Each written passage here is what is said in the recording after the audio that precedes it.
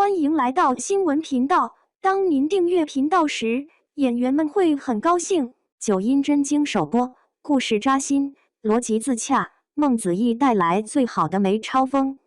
7月26日，电视剧《华山论剑之九阴真经》在腾讯视频8集上线。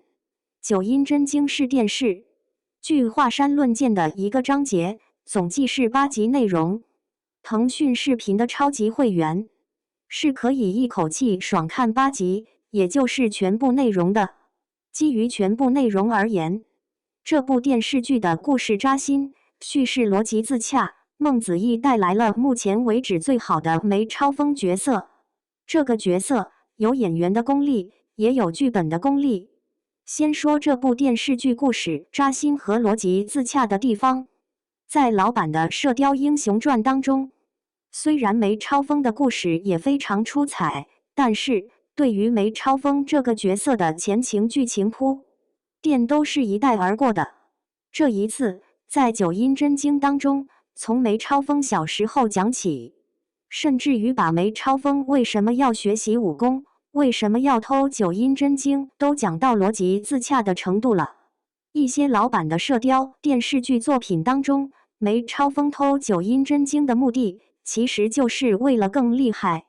这个更厉害在武侠小说当中是可以逻辑自洽的，但是放在当下来讲，则面对着女主角的仁义问题了。师傅这么信任自己，自己却偷了师傅的东西，这是不道德的事情了。而女主只是为了更厉害而不道德，就真的是不道德了。所以在这次的九阴真经当中，就搞了一个真正的逻辑自洽。梅超风幼年时代，眼见着自家被灭门，他更是被卖入青楼，被仇人精神与肉体双重折磨。在这种局面之下，梅超风想要复仇啊！所以这次的九阴真经电视剧，妥妥的大女主复仇故事了。为了复仇，就得练一身武林绝学，才能打败那个武功非常高的仇人。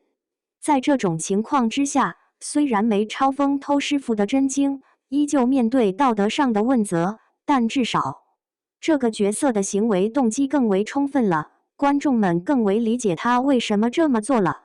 而在这个故事的逻辑当中，梅超风和梅超风爱人的情感故事也就更为合理化了。为了帮助师妹复仇，师兄不仅喝砒霜，更是一起偷真经，一起练。这是一个为爱赴死的故事了。梅超风这个角色，孟子义这一版最好。为什么你？当然有孟子义颜值和演技的原因。这位青年女演员在驾驭这种角色的时候，确实可以生发出不一样的冷美人感来。外加上孟子义的颜值很高，让梅超风这个角色不再是以往观众印象当中的老太婆了。如是这些都成为这部九阴真经的看点。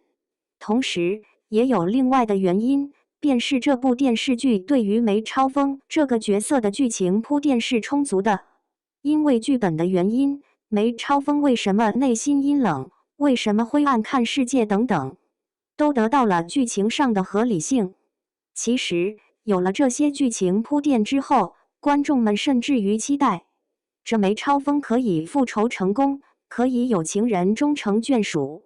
金庸先生若是在世，看到这样的铺垫，应该也是对于梅超风复仇与爱情故事乐见其成的。这是符合武侠畅快原理的。在梅超风之外，这次的九阴真经在塑造冯衡角色的时候，陈都灵的表现力也是非常不错的。可以说，冯衡这个角色基于了金庸先生对于女性的最美好想象力，而陈都灵的表演也恰好满足了大量男性武侠爱好者们对于最美女性、最美妻子的想象力。这种美已经不是颜值长相上的美，而是内在的温柔。这次的冯衡角色很可能会为九阴真经这部电视剧拉来大量的男性观众群体。为什么会这样呢？因为当下给男性们看的电视剧其实并不多。九阴真经这部戏的主线还是大女主励志复仇的，但是在冯恒的故事上，则是典型的对于男性观众们的示好了。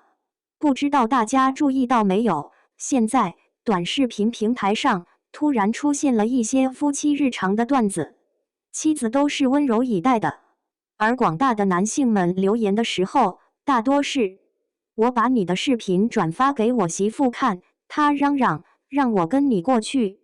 这是什么原因？是广大的男性对于妻子温柔的需求和求而不得之间的矛盾冲突啊。